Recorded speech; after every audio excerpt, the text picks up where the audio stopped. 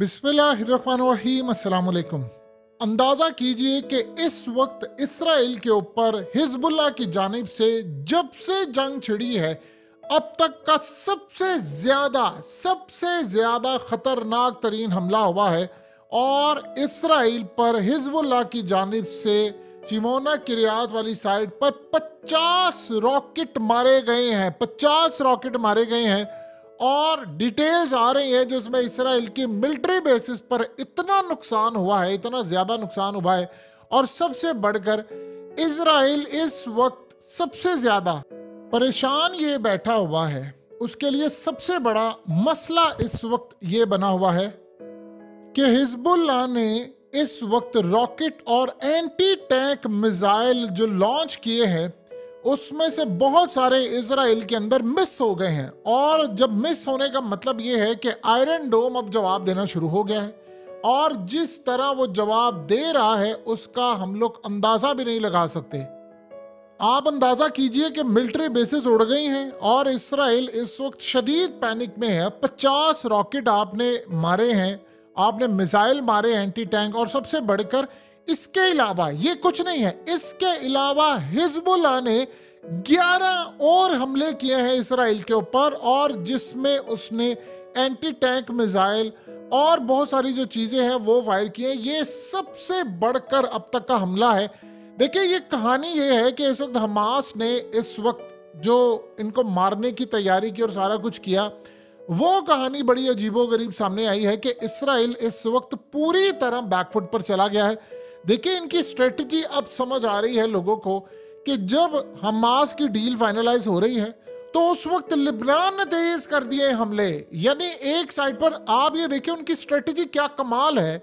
यानी ये बात अब बड़ी अजीबोगरीब समझ आ रही है।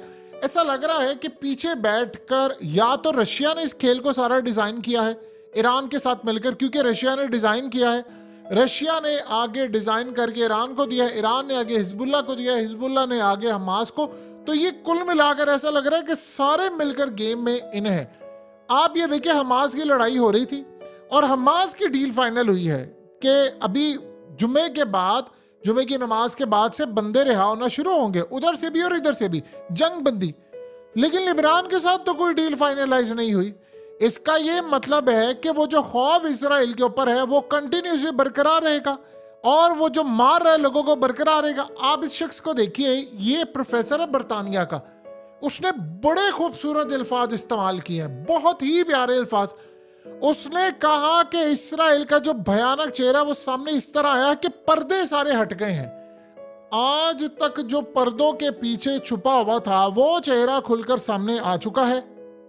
उसने कहा कि वो जो नकाब था, वो जो इसराइल ने ओढ़ रखा था, वो नकाब उतर चुका है और अब हमें और दुनिया को पता चला है कि इस दुनिया में सबसे ज्यादा भयानक चेहरा इसराइल का।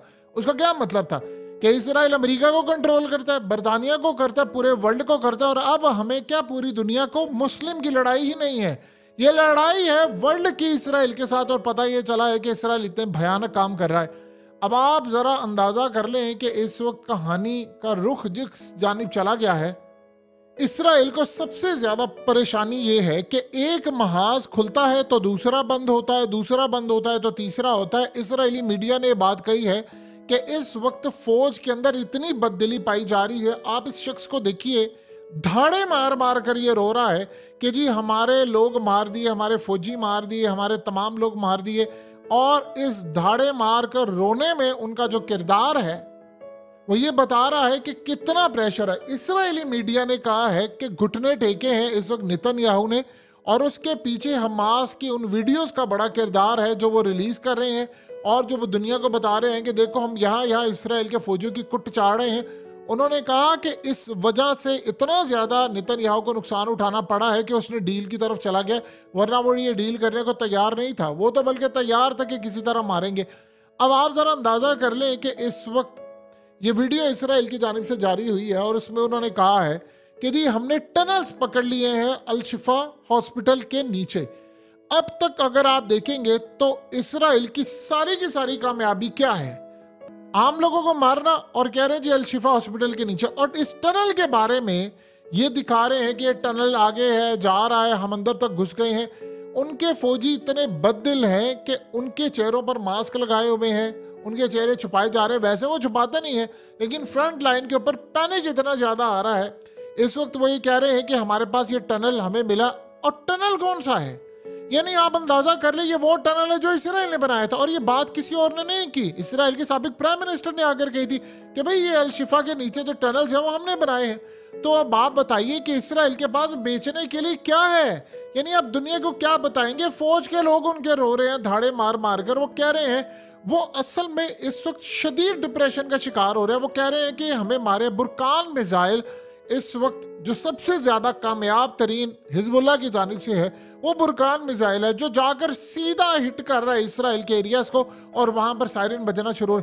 हमें शायद अंदाजा नहीं है, लेकिन आप इसराइल का इस वक्त चीखना चिल्लाना और इसराइल को शिकस्त खाता हुआ देखकर आप अंदाजा नहीं लगा सकते। यही सूरत हाल थी कि एक एक फौजी जो अमेरिका का था, वो असल में उसको बचाने के लिए उन्होंने तालिबान के 5-5, 10-10, 15-15 की पर्सन्स रिहा किए जाते थे। स्ट्रेटजी हमास ने वही अपनाई है। तालिबान काम ये करते थे कि जिस बंदे को अगवा करते थे उसके बाद उसकी वीडियो जारी कर देते थे, और वो कह रहा होता था अमेरिका को फलाना आप ये रिहाई करवाओ, बंदे उनके छोड़ो, और गुआंतानामो बे और बाकी चीज़ों से जगहों से अपने बंदे मंगवा लेते थे। हमास ने एग्जैक्टली ये काम किया। हमास ने काम ये किया कि उनकी अब तक वो ये समझते कि हमारी कामयाबी ये थी कि हम ये रकमालियों को बचाने में कामयाब रहे, और 2-3 जगह पर इसराइल ने स्ट्राइक किया। आप सोचे इसराइल ने अब तक कितनी मेहनत की होगी, कितनी ज्यादा मेहनत की होगी। कौन सी टेक्नोलॉजी है जो उसे इस्तेमाल नहीं की कि वो किसी तरह ये बंदे फाइंड आउट कर ले कि कहां पर है कहां पर नहीं है। यानी इस वक्त इसराइल के लिए सबसे बड़ी अहम चीज थी कि लोगों को अपने बचाए, और वो बचाने में नाकाम रहे हैं। अब इसराइल का अगला मरहला ये है कि वो लड़ाई। देखिए, अगर तो नेतन्याहू के ऊपर इतना प्रेशर आ गया है कि ये कह रहे हैं कि जी हमने इनसे डील करवा ली और अवाम ने करवाई, इसमें कोई दो राय नहीं, पब्लिक सड़कों पर निकल आई थी और अपनी ही हुकूमत के खिलाफ। तो फिर इस सूरत हाल में याद रखिएगा, अगर प्रेशर ज्यादा बढ़ता है तो हो सकता है इसराइल के अंदर ही ये खाना जंगी वाला सिलसिला शुरू हो जाए। उसकी सबसे बड़ी वजह क्या है? इसराइल डर रहा है इस बात से। उसकी सबसे बड़ी वजह यह है कि अब हिजबुल्लाह ने बुरकान मिसाइल मारने शुरू कर दिए। अब स्ट्रेटजी बज़ाहिर ये नजर आ रही है कि देखिए, वैसे अगर आप हमास के साथ लड़ाई तो आपकी जारी है, लेकिन अगर आप पर धड़ाधड़ हमले हो रहे हैं लेबनान की साइड से, तो अवाम तो उनकी पैनिक में होगी, और वो पैनिक के अंदर है। और वो कह रहे हैं कि अगर इनसे बातचीत कर रहे हैं तो फिर आप उनसे भी करें और इस लड़ाई को खत्म करें। सोचिए कि जब अवाम, अभी तो वो पहले सड़कों पर निकली, पार्लियामेंट में गई कि आप लोग कैदियों को रिहा करवाएं और डील करें। जब अवाम सड़कों पर ये कहने के लिए निकल जाएगी कि बस इनफ इज इनफ हो गया, बहुत हो गया तमाशा, इस जंग को खत्म करें, हमने नहीं लेने इलाके, देन आप सोचिएगा कि इसराइल के लिए क्या होगा। और अवाम इस अगले फेज में निकलने के लिए तैयार है। देखिए, प्रॉब्लम ये है कि ये सारे जितने इसराइली हैं, इनके पास ज्यादातर अक्सरियत में डुअल नेशनैलिटीज हैं। जब वो अपने मुल्कों में जाते हैं, चाहे वो अमेरिका में जाए, यूके में जाए, और उनके आगे पीछे ईसाई मुस्लिम जो उनके दोस्त हैं, और ये याद रखिए कि इनमें से बहुत सारे जो मजहबी नहीं है लेकिन उनके दोस्त हैं। अब बहुत सारे अमेरिकन जो हैं, वो जो यानी इनके मजहब से ताल्लुक रखते हैं, वो यहाँ पर आते इबादत करने के लिए। बज़ाहिर तो आपको लगेगा कि उनके पास इसराइल की नेशनैलिटी है, लेकिन वो मजहबी नहीं है, बस वो रसूमात करने के लिए, जैसे माँ बाप ने कर ली और आगे से औलाद ने कर ली। उकय्यन अली, यानी जिस तरह हमारे यहाँ पर ईद आती है या हमारे यहाँ पर रमज़ान आता है, तो जो लोग सारा साल नमाज नहीं पढ़ते वो नमाजें भी पढ़ना शुरू हो जाते, वहाँ पर भी ये सूरत हाल है कि वहाँ पर भी वो ख़ास कोई त्यौहार आता है तो उसमें इबादत के लिए पहुँच जाता है। वो कहते हैं चलो ठीक है, इस बहाने हमारे पास नेशनैलिटी है, हमारा चलो मुल्क है बाओ इजदाद का, और इन्होंने उनको पैसा, तरले, ऑफर्स न जाने क्या कुछ दिया।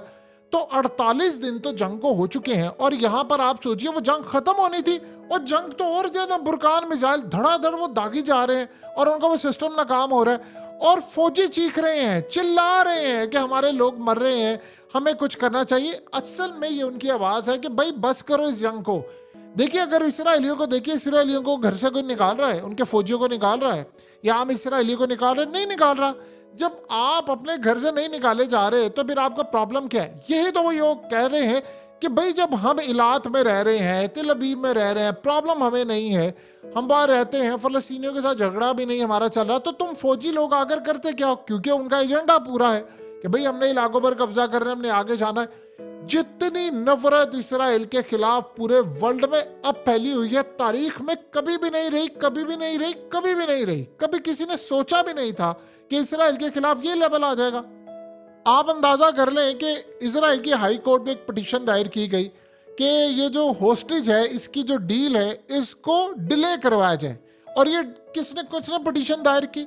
आप अंदाजा कर सकते हैं किसने? इसराइल की एस्टैब्लिशमेंट के अंदर वो तबका जो डील नहीं चाहता था, यानी वो तबका जो जंग चाह रहा है, जो नेतन्याहू वाला, जाकर उन्होंने अदालतों के अंदर पिटीशन दायर की। ठीक है, अदालतें कंट्रोल होती हैं, लेकिन इतनी कंट्रोल नहीं है कि आपने हर फैसले करवा दिए, जजों से मीटिंग कर ली। वहां पर उन्होंने कहा नहीं, बहुत ज्यादा हमें मार पड़ रही है, हमारी फौज तबाह हो रही है, लोग बीमार हो रहे हैं, जहनी तौर पर मरीज हो रहे हैं, अस्पताल वहां पर भरना शुरू हो गए हैं, इतने ज्यादा अस्पताल भरे हैं। आप सोचिए जरा, नेतन्याहू घुटनों में कैसे गिरा है कि 50 इसराइली इस वक्त जो कैद में है, वो असल में रिहाई का मुतालबा होगा। उसके बाद 100, फिर उसके बाद 200, फिर 300, ये फिगर इस वक्त जाएगी। तो अगले कुछ अरसे के अंदर हालात जिस जानिब जा रहे हैं वो क्लियरली इंडिकेट कर रहा है कि पूरी तरह ये बर्बादी की तरफ जा रहे हैं, ये तबाही की तरफ जा रहे हैं। और इनको अंदाजा हो चला है इस बात का कि हम लोग पूरी तरह इस खेल में तबाह होने जा रहे हैं। अगर हमें इसको मैनेज करना है तो एक ही इसकी सूरत हाल है कि इस जंग से हम बाहर आ जाए। इसराइल के लिए सबसे ज्यादा परेशान कुन मामला यह है। देखिए, एक दफा आपने यहां पर डील की हमास की।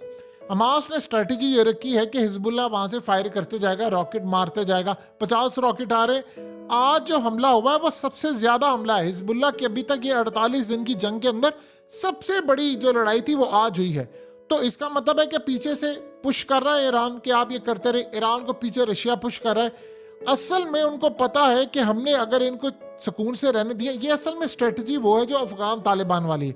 अफगान तालिबान ने आखिरी दिन तक, बिल्कुल लास्ट डे में जब वो काबुल गए थे, तब जाकर उन्होंने हमला नहीं किया अमरीकी फौजियों पर। अमेरिका एक ही बात कहता रहा और आप जानते हैं कि 3-4 दफा मुज़ाकरात खत्म हो गए थे सिर्फ इस एक शर्त के ऊपर। अमेरिका की नंबर 1 शर्त ये थी कि जंग बंदी करे। तालिबान ने कहा था कि सारी बातें बाद में तय होंगी, जंग बंदी नहीं होगी, ये तब तक जंग बंदी रहेगी जब तक आप यहां से निकल नहीं जाते। तो उन्होंने कहा था जंग बंदी को आप भूल जाएं। और ये स्ट्रेटजी थी उनकी, क्योंकि जहां पर वो ढीले पड़ते वहां पर लड़ाई का मामला होता। उन्होंने असल में नफ्सियाती हरबा इस्तेमाल किया। जो अमरीकी फौज थी वो कुट खाई जा रही थी, साथ साथ मुज़ाकरात जारी थे, साथ साथ तनकीद हो रही थी, साथ साथ दुनिया कह रही थी सुपर पावर देखो हार गई है, उसके टुकड़े टुकड़े हो गए हैं, ये हो गया वो हो गया।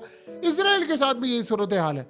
ये सारे, अब आप देखिए हमास ने, कभी आपने स्ट्रेटजी देखी थी? बॉडी के ऊपर कैमरे लगाते हैं जिस्म पर, और उसके बाद दनादन उन्होंने जाकर मिसाइल मार रहे हैं, फलाना कर रहे हैं। तो जब ये फुटेज आकर सोशल मीडिया पर आती है, तो जब ये वो रिलीज करते, पूरा वर्ल्ड देखता है, तो क्या इसराइल की फौज और उनके घर वाले नहीं देखते?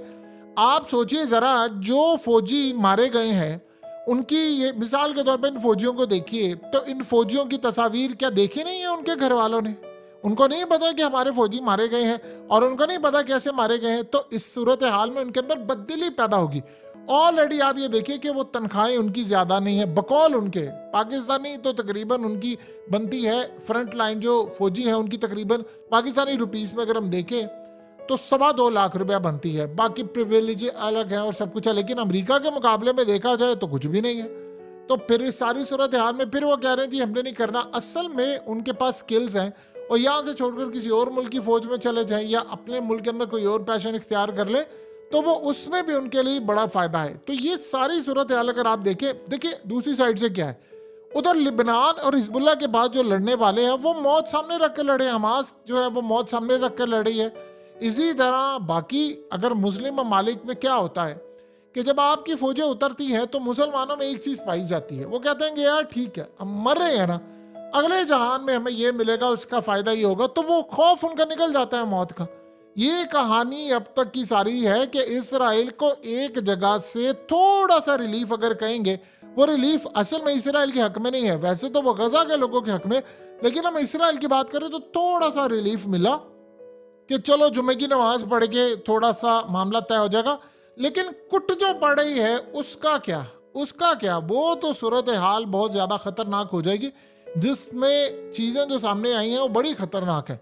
यानी इसराइल ये समझ रहा है कि इसके बाद हमारे पास क्या होगा, और अमेरिका ने उसको कहा है कि तुम्हारे पास एग्जिट है इस जंग का निकलने के लिए। तो उसने कहा मेरे पास कोई नहीं है।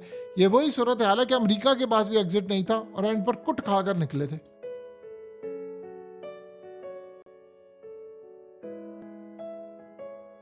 हकीकत टीवी को सब्सक्राइब करना मत भूलें, वीडियो को लाइक करें, शेयर करें और कमेंट सेक्शन में अपनी राय का इजहार जरूर करें।